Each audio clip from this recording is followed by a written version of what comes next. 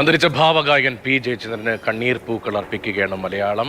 വിട പറഞ്ഞത് 6 പതിറ്റാണ്ടുകളായി. നമ്മളെയൊക്കെ പ്രണയത്തിലും വിരഹത്തിലും സന്തോഷത്തിലൂടെയും എല്ലാം കൂട്ടായി നിന്ന സ്വരമാധുര്യമാണ്, ആ മാധുര്യ പ്രവാഹമാണ് ഇന്നലെ നിത്യത്തിലേക്ക് ലയിക്കുന്നത്. തൃശ്ശൂർ അമല ആശുപത്രിയിലായിരുന്നു പി ജയചന്ദ്രൻ അന്ത്യം. രാവിലെ 8 മണിയോടെ ഭൗതിക ശരീരം പൂങ്കുന്നത്തെ വീട്ടിലെത്തിച്ചു. ഉച്ചയോടെ സംഗീത നാടക അക്കാദമിയിലും പൊതുദർശനമുണ്ടാകും. ചേതമംഗലത്തെ തറവാട്ട് വീട്ടിൽ നാളെ 3:30-നാണ് സംസ്കാര ചടങ്ങുകൾ നടക്കുക. പൂങ്കുന്നത്തെ വീട്ടിൽ നിന്ന് ജി പ്രസാദ് കുമാർ നമുക്കൊപ്പം ചേരുന്നുണ്ട്. ഒപ്പം ശ്യാമപ്രസാദ് വൻ, മുഹമ്മദ് ഷഹീദ് എന്നിവരും വിവരങ്ങളുമായി നമുക്കൊപ്പം ചേരുന്നുണ്ട്. ആദ്യം പ്രസാദിലേക്ക് പോകാം. പ്രസാദ്, മഞ്ഞലയിൽ മുങ്ങിത്തോർത്തി മധുമാസ ചന്ദ്രിക മഞ്ഞലയിൽ തുടങ്ങിയതാണ് മലയാളികൾ നെഞ്ചേറ്റാൻ പി ജയചന്ദ്രനെ.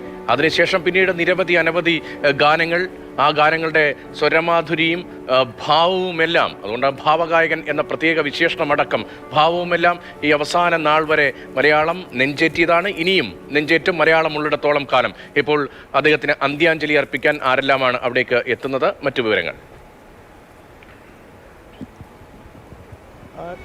മാർഷൽ, ധാരാളം ആളുകൾ പൊതുരംഗത്തുള്ള മന്ത്രി ആർ ബിന്ദു വന്നിരുന്നു. അവർ ഇവിടെ തന്നെ ഉണ്ട്. അതുപോലെ തന്നെ AK ശശീന്ദ്രൻ വന്നു, മുൻ മന്ത്രി VS സുനിൽകുമാർ വന്നു, മുൻ മന്ത്രി VM സുധീരൻ ഉണ്ടായിരുന്നു. അങ്ങനെ ഒരുപാട് രാഷ്ട്രീയ പാർട്ടികളുടെ നേതാക്കന്മാർ വന്നു. സംഗീതവുമായി ബന്ധപ്പെട്ട, അതുപോലെ തന്നെ സിനിമയുമായി ബന്ധപ്പെട്ട ശ്രീകുമാരൻ തമ്പിയെ പോലുള്ള നിരവധി പ്രമുഖർ വന്നു. കലാമണ്ഡലം ഗോപിയാശൻ വന്നു. ധാരാളം നാട്ടുകാർ രാവിലെ 6 മണി മുതൽ തന്നെ വന്ന നാട്ടുകാരെ നമുക്ക് ഉണ്ട്. അല്പം വൈകി 9 മണിക്ക് ശേഷമാണ് ഇവിടേക്ക് മൃതദേഹം എത്തിക്കാൻ കഴിഞ്ഞ്. അതുകൊണ്ട് തന്നെ ഒരുപാട് ആളുകൾ ഇപ്പോഴും ക്യൂ നിൽക്കുന്ന നമുക്ക് കാണാൻ പറ്റും. പൂങ്കുന്നത്തെ ബസ്തിയിൽ ധാരാളം ആളുകൾ, സാധാരണ സിനിമാ ഗായകരുടെ അല്ലെങ്കിൽ സിനിമാക്കാരുടെ കാണുന്നതിനേക്കാൾ വ്യത്യസ്തമായിട്ട് ധാരാളം ആളുകൾ ക്യൂവിൽ നിൽക്കുന്നു എന്നുള്ളതാണ് ഇവിടുത്തെ ഒരു പ്രത്യേകത.